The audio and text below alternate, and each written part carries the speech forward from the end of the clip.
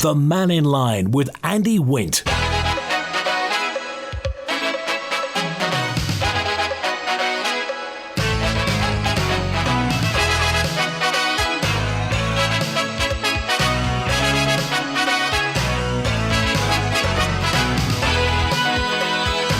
Fast am I, good afternoon. Welcome to Mannin Line on Manx Radio. Through till 1, it's the Environment, Food and Agriculture Ministry on today with Minister Clare Barber, MHK, one of the Douglas East MHK. Scott Gallacher is Chief Officer, so we'll find out exactly. If you've got any questions, by the way, text, email, call and WhatsApp. Call 66 13 68. WhatsApp is 166 177. Same messaging. And email studio@manxradio.com. DEFA's got a really wide mandate, so we'll pick up some questions, lots to talk about today with Clare and Scott. And first of all, Fast am I, good afternoon, Clare Barber. Hi Andy, good to see you. And Scott as well. Welcome Scott, first time on the show. Good to have you along. Thank you. All right, let's get to the phone straight away and we'll go to John who's with us. Hi John, you're live with Clare Barber and Scott Gallacher from DEFA. Good afternoon. Thank you very much for the call. Just wanted to pick up some questions I had with the Climate Change Act and things that are happening at the moment. So, obviously, DEFA have a responsibility per the Climate Change Act to protect our biodiversity. And there's a real concern of how things are happening at the moment regarding EIA works for Erie Staying and also the recorded heathland on Kringle Park. So, as of today, there's a signage up there that says ground nesting birds are protected. There's 19 species of red-listed Isle of Man birds that are in that area. There's also ground nesting birds, which include Schedule 1 birds such as hen harrier, skylark, that are nesting in the area. And there's been permission given with no notice at all to be able to do exploratory EIA works on the pretty much, I'd say 75% of that Kringle Park heathland area, and it's just a concern as to how there's no protection mechanism. And obviously we've experienced willful disturbance of hen harriers literally right on the nest with the EIA works that have been undertaken to date. I've attended some MUA meetings and I was quite alarmed to hear that they'd been told that there were no hen harriers in the area, so that is something that is recorded. Okay, John, what's your question then to the DEFA people here? My question is why the protection mechanisms that are supposed to be in place aren't being enacted. So, as I say, the sign is there saying keep to the paths, ground nesting birds for the entirety of July, from March through to July, and yet we've given this carte blanche permit for people to just do works over that heathland area. Okay, all right. Clare Barber. Hi John, thanks for calling into the show. Certainly, I just want to first, obviously, I can't comment on any specific application. However, I do acknowledge that the EIA work is something that the DEFA department do comment on in terms of our biodiversity and ecosystems team, and that is the role that we would play. So if there are specifics around this, I really would be happy to talk further. I'm not sure, John. I feel like we may have had an email, and if not, it's someone with very similar points in terms of an email exchange. But we take the responsibility around biodiversity and ecosystems really seriously, actually. And so any areas where we think that they're not being complied with, the team would pick up and would absolutely feedback to ensure that is not the case. Or if there have been things that have happened that shouldn't have, they would then pick up to feedback to those people around what could or couldn't be done. And if there is anything that needs enforcing, then that is a line we have available to us from a regulatory side. So I acknowledge that there is some challenge and some frustration around the fact that DEFA, I suppose, are engaged in some of these pieces in a number of different ways. But I can absolutely assure you that the team take their responsibility very seriously around biodiversity and ecosystems. Okay, John? Well, just for as a prime example, and there's photographic evidence of it, a Schedule 1 bird being the hen harrier that's protected, not only did I give a warning that the nest site was being approached closely, the following incident, a couple of days later, I have the photographs of EIA surveys being undertaken exactly where the nest site is, which is, it just shouldn't happen. If we lose those birds, and we lose that biodiversity, what do we have left? And the Climate Change Act protects them. Mm-hmm. Yeah, no, absolutely. And not just the Climate Change Act, also the biodiversity strategy and the work that goes on around that. So there's a number of different ways in which we work, and the Wildlife Act provides protection as well. So actually there really are a number of different routes in for protection for our various species, not just the birds, but also all of the wildlife. And it is really important that we enforce that. So if you haven't been in contact, and because I'm not sure I've had the photos, and I know I'm limited. Sometimes I have to pass these things to officers because I have to preserve my position in regard to the planning application, which I know is frustrating, but that it's important that I make sure I'm away from some of that process.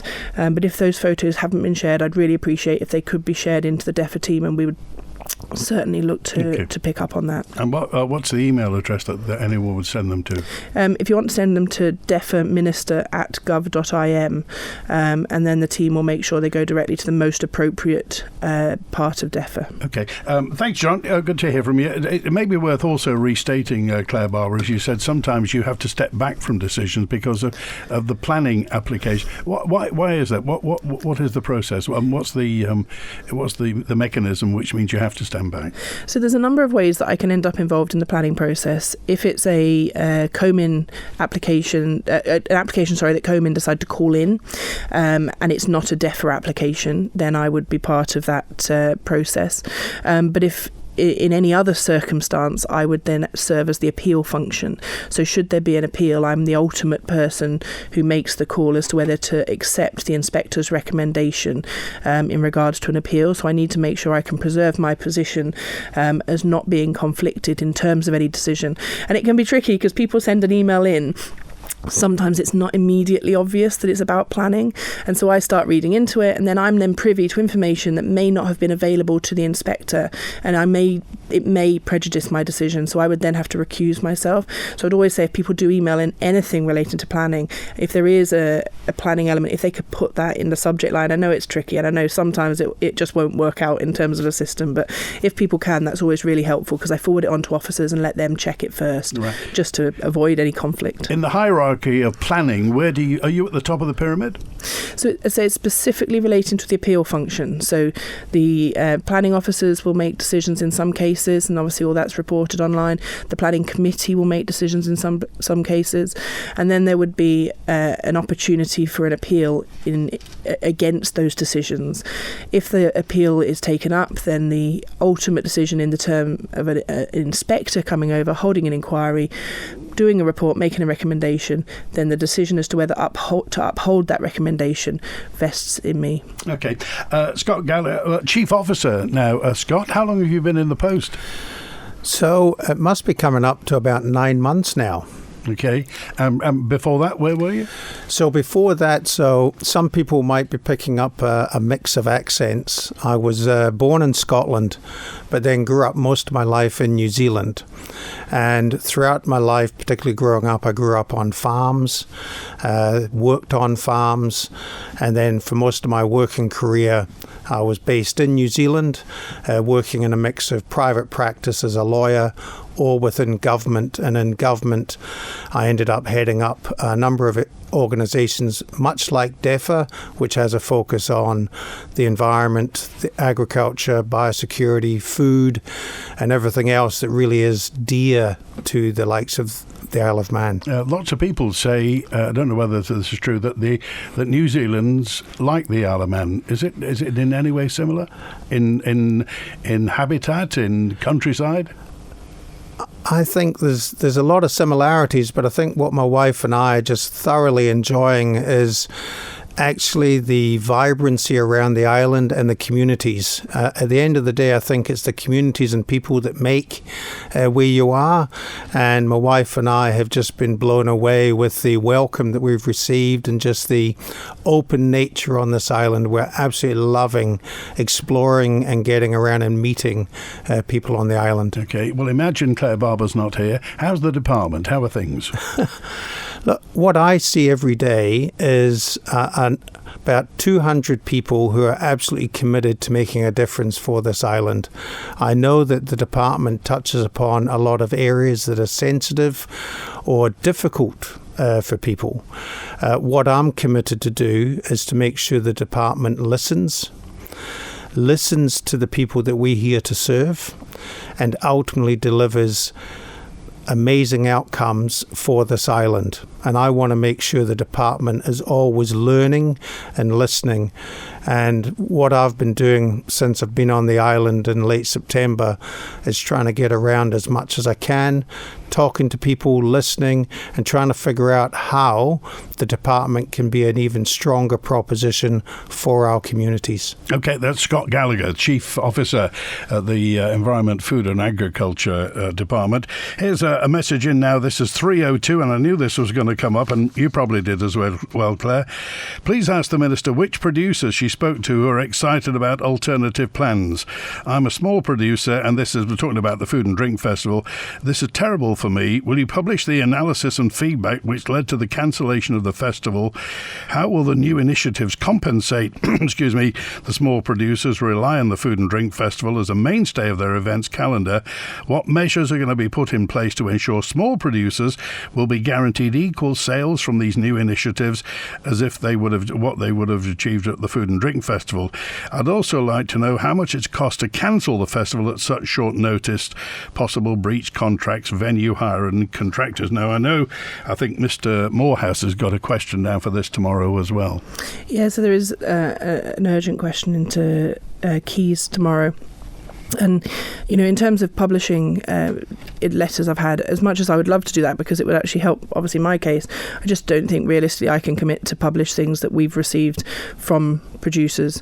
But I accept that that's challenging. Yeah. I do accept that. And I also acknowledge, I'm reading some of the feedback on social media. I know that there was some commentary saying we should have a meeting with producers, and actually that's something we committed to in the email that was sent out, and that's absolutely something I want to do. And I think the other thing, I've seen lots of things saying it's not cancelled just this year, it's cancelled forever, and I have no clue where that's come from. This is very much an opportunity to pause and to reset and to provide something alternative this year, to explore how those things work, to see what successes we have, see what does work, what doesn't work, trying to move into some other areas as well and de-risk. And I talked about that when we did an interview with one of your colleagues, Andy. At the minute we're putting a huge amount of resource, both human and financial, into one event, and over the last 2 years we've seen 2 cases where we've almost ended up with no event at all, with all of the money lost. In terms of losses this year, obviously we're in terms of contracts, we have contracts, and we have made sure that we're working according to those, and we don't foresee there being a loss aside from officer time that we've put into understanding and analysing opportunities. So there has been a lot of consideration around this. There's been a lot of talk. We had feedback from both producers and also from members of the public in terms of going there around the price had gone up. That was something that would have probably had to have gone up further, realistically, around whether we should be trying to do something on the Thursday, Friday evenings before, whether we should try and extend it, whether we should look at other options, whether we need to look at other venues. We did explore whether there was an opportunity to do that in year, and the reality was we just couldn't make those changes in the time frame we had available to us. So, it was. I'm not saying it was an unmitigated success, but everybody liked the Food and Drink Festival, didn't they? Everybody seemed to have a good time. So, can you give us any idea of what were the concerns, what were the disconnects within the department? Yes, you say everyone liked it, but I think it would be reasonable to say that when we did our feedback, and I liked it, Andy, don't get me wrong, and I think there's some opportunity. I'm not sure that the time of year is necessarily right. I think there are perhaps more opportunities. And actually, one of the really big things is that what we want to do is try and change people's buying habits all year round, whereas it felt like we'd got to a position where we were encouraging people to purchase perhaps for one weekend of the year without that ongoing commitment. And I think it needs to be something that really tries to change buyers' habits, and we're seeing some of the impact already from people who are talking to us about the change from ShopRite to Tesco, and there are some changes, there are some impacts for some people in that regard, and we understand that, so we really need to make sure we're responding to that. So, I accept that, as with everything, I'm sure we could have, done things differently. We could have maybe done the communication better. And I absolutely take that on board. And I apologise for anyone who is, disappointed, I suppose, in the way that we've handled this. But I really do want to have that discussion and ongoing engagement with some of the people perhaps we haven't reached, whose voices we're now hearing, because I think there are some real opportunities in this, especially working closer with DFE. Okay, Julian, hi, you're live with Scott and Clare from DEFA. Hi, Julian. Hi, Andy, and hello to your guests. Hi, Julian. How are you doing? Hiya. I was listening to Nina Cooper from Chocolate Man earlier today, and she was saying that local producers feel they are being stamped on by your department. She also said your department doesn't value local producers, and Nina echoes many people that I've spoken to recently. So I've got a few questions for you, Claire. Whose idea was it exactly to stop the Food and Drink Festival? So, I mean, it was a conversation that we had within DEFA, and I think there was a number of bits of feeding in with that. Ultimately, the decision was taken through our policy and strategy meeting with a paper that was presented that we then made a call to move to an alternate model. Are the buyers that you refer to meeting the producers, are they local or are they from across? So a mixture. So, we haven't set anything in stone, but we definitely feel in conversation with DFE that there are opportunities both locally, and we know that we have people, buyers locally who want more product, and also across. We know that there are opportunities across, and we know that that will work for some businesses, and we know it may not work for others. So again, it's that one size doesn't fit all. Well, I noticed that the Food and Drink website was saying that there was a 50% increase in 2022 for the take on the Food and Drink show at £325,000.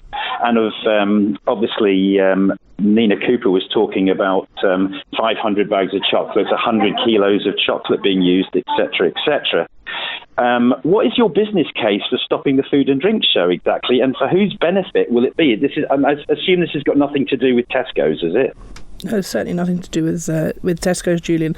As I say, it really is about us trying to provide something that covers off more producers in the longer run, but also a year-round offering and regional offerings. I think we reflected we really are at the minute putting all our eggs in one basket, and actually we felt there was something better we can do. If the overwhelming feedback becomes that actually people want to just have one single event in year, then that's something that we can either look at doing later this year or reinstate next year if that's what people think is the absolute best value for money.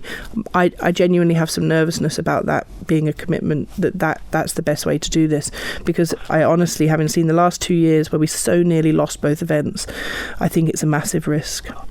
Finally then, your resources are also being paid £40,000 a year for a farm carbon engagement officer. Is that reasonable use of 40 grand a year from your department? Also, finally, are you in the position that you could do a U-turn on this very quickly and have this food show? And if not, do you think your current job role would be tenable anymore?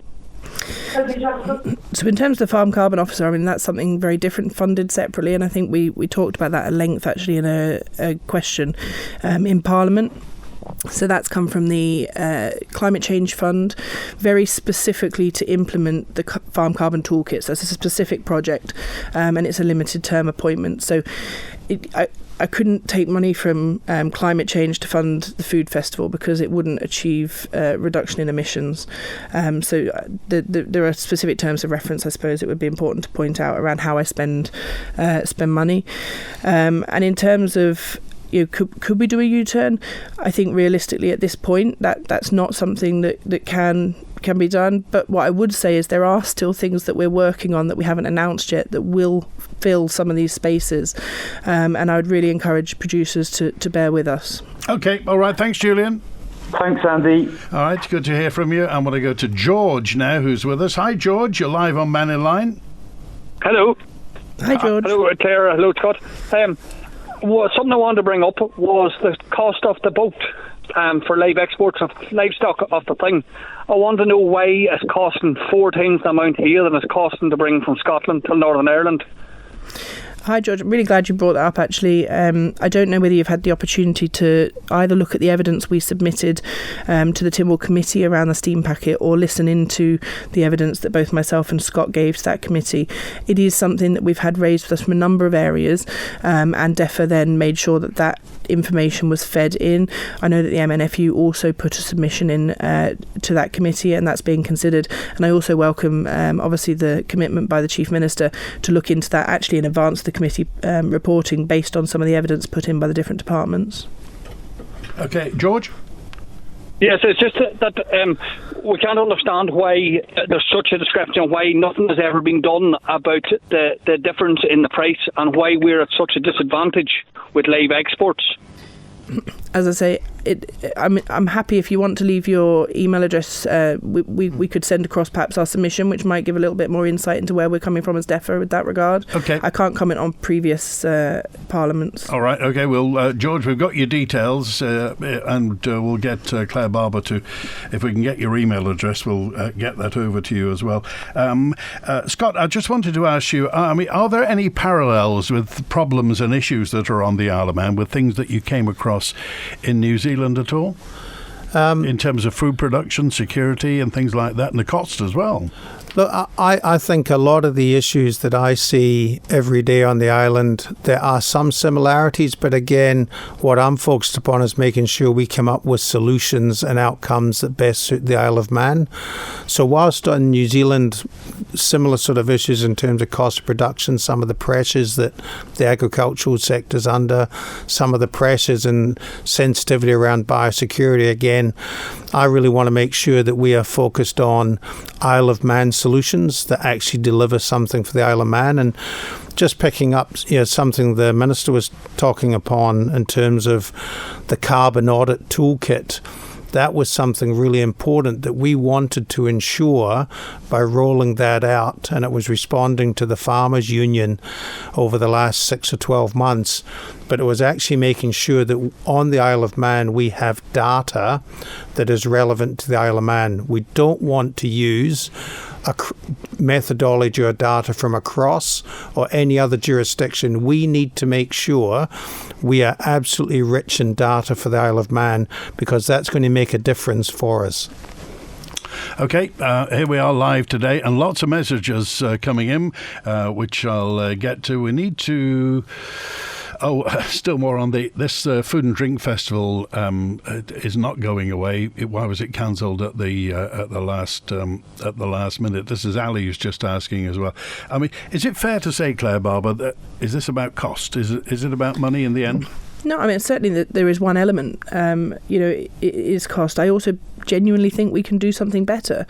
And as I say, that's from feedback I've received certainly over the years, but also that piece around, we really are putting a huge amount of the budget that we spend on food and drink into one basket. And, having seen 2 years where we're very vulnerable in that regard, one I appreciate was the Queen dying, unlikely to be repeated, but there are significant things that can change that suddenly leave you where you've put all of your resource and all your money into one event on one date.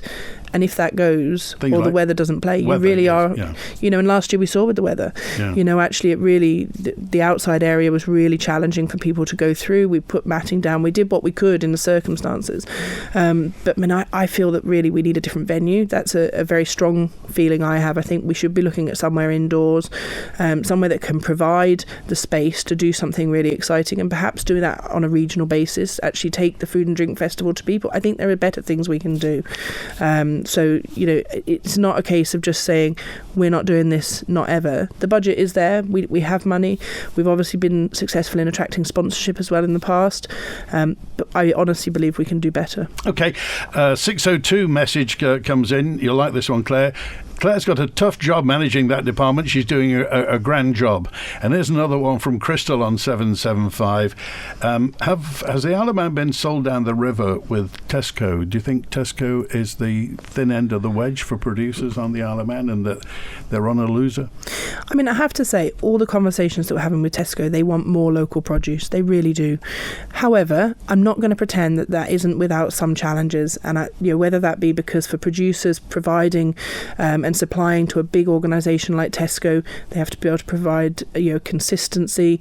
Some of the agreements they perhaps had with ShopRite won't work in terms of the flexibility. Tesco's have got a very different requirement, but Tesco's absolutely have worked with us. They've taken people on board. And actually, they're asking for more. They're saying we want people in some different areas. We want some other products. But it does present a challenge, and that's why, as DEFA, it's absolutely right that we keep those conversations with Tesco strong. It's absolutely right that we keep monitoring, and we make sure that where we have a situation that essentially is a monopoly that's taken a step further than ShopRite, given that ShopRite also had a significant market share, I think it's really important that we monitor that and we make sure that there isn't any advantage taken. But that's just the same as we would do with any other retail proposition, and it's also we're not here just to support Tesco's, and we're not here just to support ShopRite or just Robinsons. We're here to support all of these businesses, and actually what makes it very much a community feel is having a number of different shops we can pick from.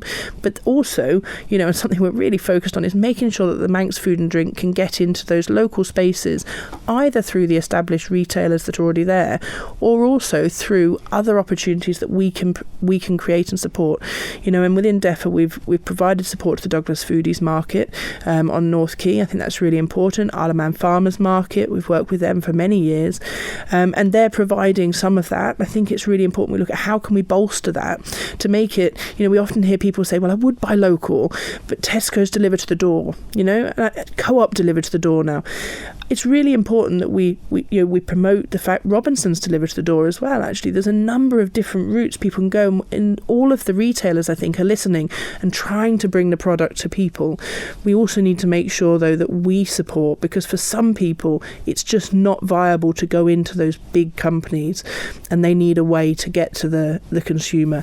And, for me, whether we do that, if people want just one weekend a year, or whether we look at how we can provide better support actually year round to make it easier for people to make the decision to shop local and buy local produce, I think that's really important.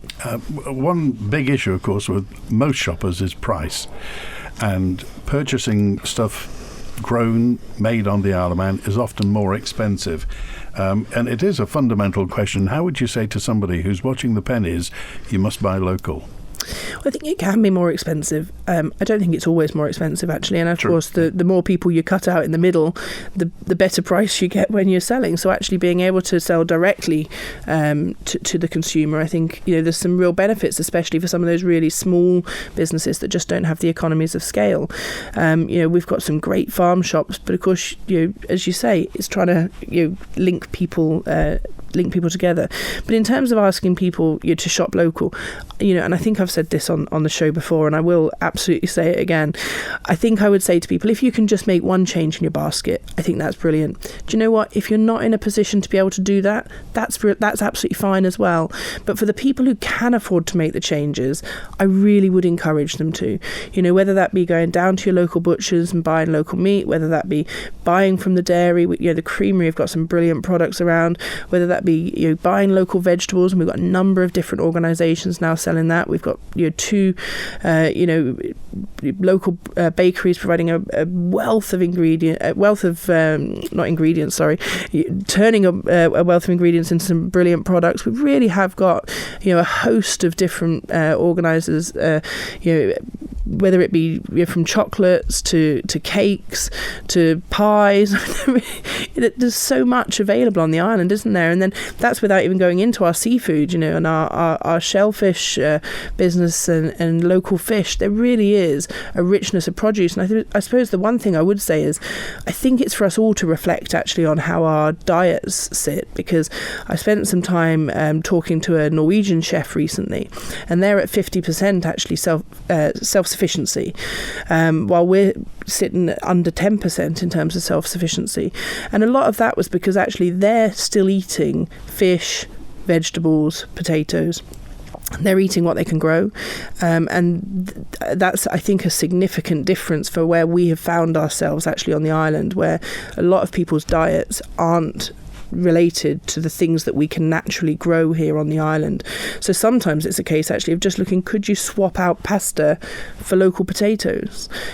Could you look at, rather than having chicken, perhaps have pork? We've got local pork, but we're not producing chickens locally. So sometimes it's just looking at other alternatives where you can get local produce for something that at the minute has to be imported because we just simply don't have a market. OK, you want to get in touch with DEFA today. Clare Barber, MHK, is in. The Minister, Scott Gallacher, is the Chief Officer, and we're on till 1 today. Hello, this is Doug Farragher. In conjunction with Manx Radio, I'd like to invite you to join us and learn something about our native Gaelic tongue, the language of man. Spectrum Windows. If your house needs a new look and your windows letting rain, keep those cold breezes out and make it look like new again. Spectrum Windows, Spectrum Windows. Quality through and through. Great work guaranteed to you. Spectrum Windows, Spectrum Windows. Spectrum Windows. Housing, benefits or employment issues, faulty goods, bad workmanship, financial problems and relationship breakdowns. We all run into difficulties in life, and it can feel like there's no one who can help you sort them out. But at Manx Citizens Advice Service, we can help. As an independent charity, we offer free, confidential support covering all sorts of areas. You don't need an appointment. Just call in at Promenade Church, Loch Promenade, Douglas, or call 366 338. Open Tuesdays from 12:30 till 3 and Fridays 10 till 12:30. Manx Citizens Advice Service. Your advice service. Out and about this summer, EVF service stations have everything you need to make the most of it. Hot and cold food, chilled wine and beers, barbecue essentials and more. You can even pick up your lottery tickets at our stations across the island. Fill up, fuel up with Ellen Vannin Fuels. Visit us at evf.co.im. Stocks and offers may vary between locations. This evening, the first in a series of 5 programmes hearing those you've heard over 60 years of Manx Radio. This evening, the Mannin Line from the 90s. One fella took his helmet off, took his gloves off, was going to set about me because I stopped him jumping the lights. Wait a minute, David, just give me a chance to finish. From 6 p.m, available as a podcast afterwards at manxradio.com. The Mannin Line with Andy Wint. Fast am I, good afternoon. I just want to also draw your attention to the fact that it is Monday. Nothing special there. We get one of those every week. But also, it is one of the days when we broadcast stuff from the archive. And today, after Mannin Line, you'll hear the voice of an absolute powerhouse in politics in the 1960s through till the 1980s. Percy Ratcliffe was a member of LegCo in the Isle of Man, chairman of EXCO as well. He was an MHK from 1963. Farmer, horseman. He was one of the people instrumental in setting up riding for the disabled on the Isle of Man. So we'll be hearing from Percy Ratcliffe when Mannin Line finishes today. And Juan's on now. Hi, Juan. You're live with DEFA. Afternoon, Andy. Good afternoon, Clare. Afternoon, Scott. Hi, Juan. Afternoon. Hi. Scott, just a quick one there. Interested in listening to your thing from New Zealand there, and obviously I see you having a lot of problems with tribal stuff down there in the last few years, and you might be having the same problems here in the next couple of years, the way things are going with government. You mentioned listening to the people. I'm going to revert back to Clare now. Clare, we're talking about listening to the people there, as Scott said. Very interested myself. I've been tied up with the Paul Burgess thing for Thursday and Friday. Very interested that no one much from MHKs wanted to come and listen to what Paul had to say about climate and wind turbines. So going back to talking to the people and listening to them, on that point there, one MHK and one MLC. Very interesting, considering that this comes a little bit under your remit. Going on to the changes in Europe at the moment, you see a lot of things that's happening there and repercussions because of the pressures that government are putting on farmers. And you can see now the breakdown of ESGs happening around the place. government's been taken over, farming people actually protecting what they've got. And again, the spiel that you just gave before about buying local, totally agree, 150%. Been saying that on this programme for a while. But I'm failing to see the disconnect here with government in helping this along. This food show that you've just cancelled last minute, and I'm listening to all the points that you've made about it, this was a destination point for people. This was a place for people to go to interact with the local people and see the food that's getting sold. You mentioned about weather. That's fine. Maybe it is the wrong venue. Probably is. You've got a big grandstand there with hard standing on. Why didn't you just switch it to that? Why have you cancelled it on the last minutes? And why are now people upset with the way the government are handling this? I just feel a total disconnect with this government, with everything at the moment that you're doing. A total disconnect, and a lot of people are. And I think a lot of people are waiting for the next election, which will tell how disconnected this government is with the people. Yeah, so I mean, just starting with the Paul Burgess event, I think I did actually respond saying I wasn't able to attend that. I do believe it's been filmed, and certainly once it is, I will catch up with that, as I do often with things I can't attend. Having kids sometimes means evenings I'm more likely to be seen ferrying people to and from hockey, so it really does depend if I haven't had enough notice. So I apologise. I wasn't able to attend that. I can't comment on other people, but it certainly wasn't possible to pop that into my diary. In terms of the listening, I think I've already commented actually during this session, that if that's what people want, and they think that the event should just carry on exactly as it was, then that's fine. We can absolutely look to do that from next year. I think realistically this year that's not going to be possible. But we could do something later in the year, and we have got a number of things already sort of in the pipeline for earlier on. So there are things that we're not in a position yet to announce, I suppose, and I hope that some of those will serve to show people exactly what we're trying to achieve. But I take your point. I think it's always important to listen, and that's absolutely why we're here. I think if we weren't open to listening, I'd just say to Andy, actually not really for us, but we always turn up and we always do take absolutely the feedback on board. And I absolutely hope that what we see in future is a whole calendar of events throughout the year that really celebrate our food and drink, because I think, as you say, there are some brilliant things there. So you'd like to see smaller and more? Yeah, but possibly with a flagship event. I'm absolutely I'm not ruling that out at all. I think there's absolutely an opportunity for that. One for the north, one for the south, one for the west? Well, quite possibly, and we've already had some interest from some of the commissioners in partnering, in that. Actually, I suppose it's one of the things that's happened by us, making this announcement, is suddenly there's lots of people saying, actually, well, we'd love to do something, and we never really thought that was a possibility. So I'm hoping to see a number of events that DEFA partner with and we can support through, which I think will be really positive. So it's absolutely not a case of us not listening. I think it's clear that there's a greater strength of feeling towards that particular event, but I suppose at the minute also people haven't seen the other things that will be possible. Right. So okay, all right, thanks, June. Sorry, Andy, just before you go, just a quick one.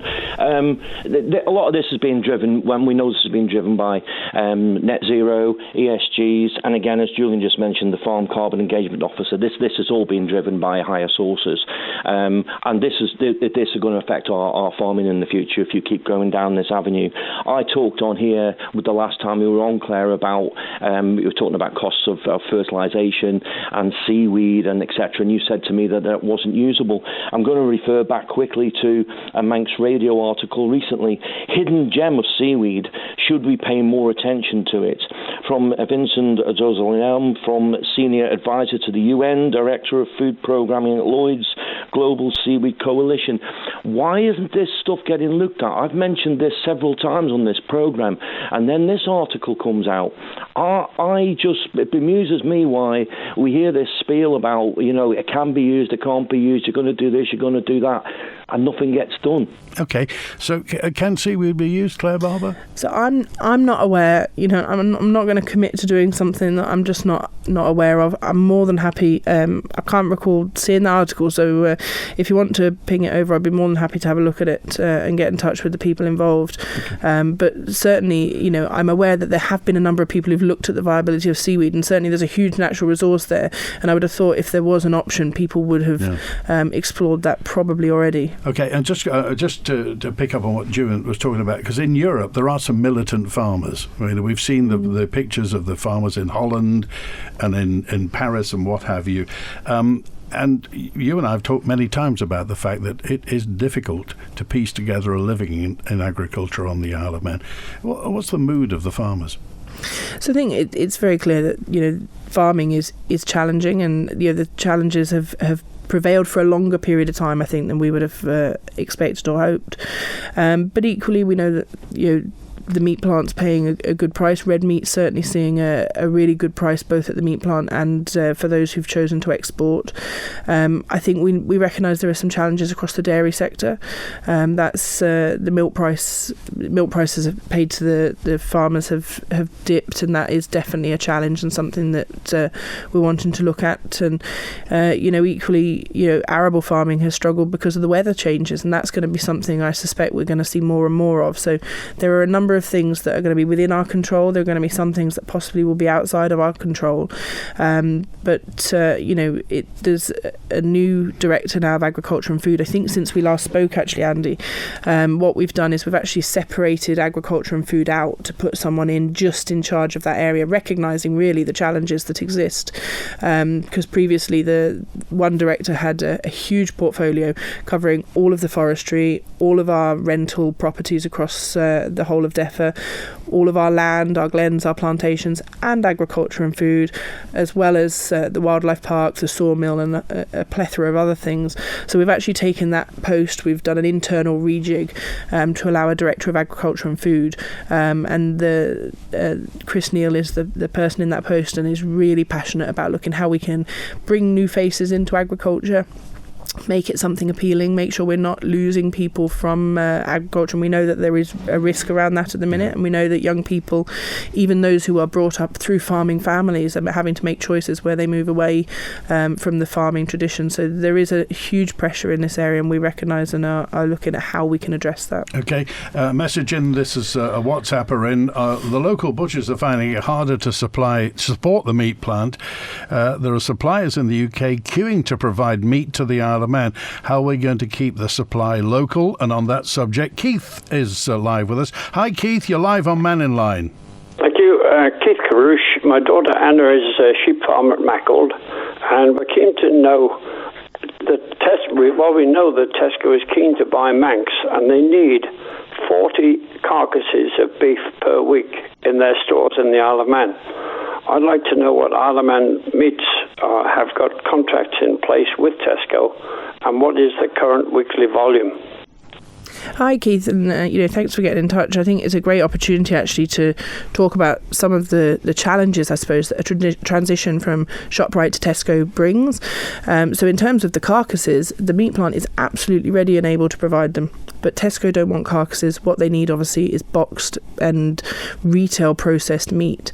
And that's a very different operation in terms of the meat plant. They were previously doing that on a very small scale, just providing one store, really. And obviously, to suddenly scale up and be able to provide 10 stores, that's a complete change of operation. So there's a significant amount of work at the minute going on at the meat plant in terms of us looking at realistically how we can do that, what investment we would need in terms of our infrastructure, how many extra people we would need, and then the cost associated. And then does that work out? How's best to do that? Or are we better actually working with a partner to deliver some of that retail packaged meat? So there is a lot of work in this area. I think I'd love to be able to just say we can just press a switch and suddenly we'll times by 10 the amount we put into minced and diced, for example, but it's just realistic, not that simple. I just wonder, the ShopRite have laid off, or Tesco have laid off all the butchers that worked previously for ShopRite, but there doesn't seem to be any opportunity for them with Isle of Man meats, and that's a surprise. Can you throw light on that? Yes, it's not specifically to do with people, it's to do with actual processing. So when we're doing mince, for example, it's machinery, it's how much we can physically process through the machines we have. And we simply have, the kit that was invested in at the time was done on the basis of providing to one shop. And we can't scale that up without investing significantly in the capital infrastructure, and that's a big cost. And we need to understand also, is that going to, what does that bring back from the meat plant in terms of what cost to provide, I suppose. And I know that's tricky because everyone wants to see meat on the shelves of all of our stores, and I'm absolutely there with everyone, but I'm not, I suppose what I'm saying, Keith, is it's not necessarily the best way for the meat plant to do the processing. What would you like to see happen, Keith? Well, I'd like to see the meat plant either process and deliver these goods to the shelf, but I appreciate that Tesco have 61 lines of beef to process, so we're really talking about mince and stew, which can easily be processed here, and I think that Isle of Man meats are slow off the mark. It's now 9 months since Tesco appeared, and I'm just at a loss as to why we've got this weekly cost of exporting cattle and it's not getting consumed in the Isle of Man. So I think it's a scandalous situation, really, that they haven't been able to set up a provision for Tesco. So I mean, I know you call it easy, Keith, and I'd love you to. I don't know whether you applied to join the board recently, but I mean, I can confidently tell you we've spent many hours poring over the figures and the details and how scaling up actually could work in practice. And easy isn't the word I would use. But they're being secretly kept. No one is telling the farmers where you're up to. Meanwhile, you spend a fortune, and it's well known that the meat plant is trading at a very severe loss. But all this meat is being exported off the Isle of Man and not put on the shelf at Tesco. Okay, all right, Keith, we appreciate that. I just need to get one more question in, and this is regarding the Tree Preservation Act, which I think comes under your aegis, doesn't it? And this, you probably know that because Michael's written to you already. I have to maintain a monkey puzzle tree that's lifting my slabs, damaging my drive, and the tree roots are in my house, and the Tree Preservation Act protects this tree. I'm suffering and get no help with this. The insurance won't pay out for the damage that it's causing me. So why is that? Why is the Tree Preservation Act stopping that? So obviously I can't comment on the insurance side. That would be obviously a contract between them and Michael, and I have spoken with Michael. We've met up and had a meeting, and obviously he has written to me, as he alludes. The Tree Preservation Act seeks to say, well, actually where a tree doesn't need to be removed, it shouldn't be removed, and there's a process that can be gone through, and our officers will review whether a tree should be permitted to be removed. Now, I'm led to believe that there is an opportunity. I'm not sure whether Michael has yet, or certainly there was talk of putting an application in to see whether that tree would be allowed to be permitted for felling. But the reality is that within your own curtilage of your property, you have a responsibility to manage trees, and that we acknowledge that can come at a cost. But the reality is government just aren't in a position to do that for everyone, because I would question where would we draw the line. So we absolutely go out and focus on tree safety across the public estate. The roads fall within DOI. The glens and plantations are very much our focus, but that has to be where we channel our money in terms of managing trees. But there is always an option to submit an application, and if Michael hasn't yet done so, I would encourage him to. Okay, thanks for being with us today. Good to hear from you. Thanks to Scott Gallacher. Thank you, Scott. Okay, thank you. Good to hear from you today. And also Clare Barber. It's not the last time you'll hear Clare. We're doing a Mannin Line early morning special on Timble Day, and she's agreed to be with us at the Royal Manx Agricultural Show as well. Thanks, Clare. Thanks, Andy. We'll see you again soon. Good to hear from you. And next week, by the way, Deborah Heather from Visit Isle of Man and Sarah Maltby will be on Mannin Line next Tuesday, talking about what used to be called tourism. Thanks to Chris Quirk on the phones today. Back tomorrow with an open line. WINT. 60 years serving you as the nation station. This is Manx Radio. They are now almost the stuff of legend, but decades ago there were a number of politicians and indeed civil servants whose acumen, particularly in fiscal matters, was legendary. Percy Radcliffe was one of those who steered the island out of the doldrums caused by the collapse of the tourism industry into the new-look tax system. The presenter, incidentally, was a fine one, John Clucas.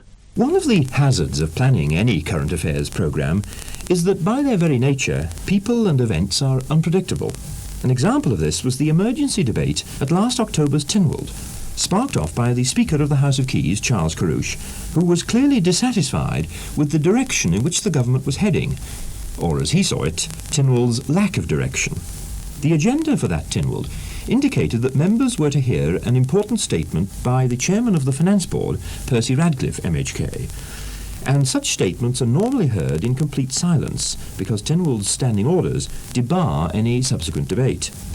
So Mr. Speaker sought the suspension of those standing orders to enable, as the saying goes, a full and frank discussion of views to take place.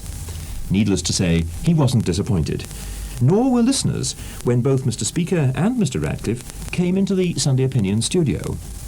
Firstly, I asked Percy Radcliffe what had really persuaded him to deliver that economic policy statement, only 5 months after he had received Tynwald's unanimous backing for his budget last May. Well, let me first of all say that I've never been a believer in shutting the stable door after the horse is stolen.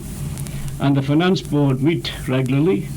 They naturally keep a very close watch on expenditure. We are compelled by statute to budget for a surplus at the budget time. This year our surplus was reckoned to be somewhere around about getting on towards £1,898,000. Just prior to going to Tynwald October, we realised that a great deal of this £898,000 was already committed. We also realised that the estimated cost of the new supplementary benefits and social security benefits in general were going to cost us an increased £1,912,000. The proposed scheme for increased child benefit starting from April was going to cost us an extra £800,000. Taking all these aspects together, and as I say, we quite regularly meet with the boards, I felt it was appropriate that not only should we meet once a year and sort of meet the boards and tell them exactly what we felt they should do regarding their policy of development, how they should be restricted in their expenditure, but it's more appropriate to meet and tell them at the start of a legislative year. And I thought it was the appropriate time to do it. I'm very pleased they did do it. Part of island life for 60 years. This is your Manx Radio.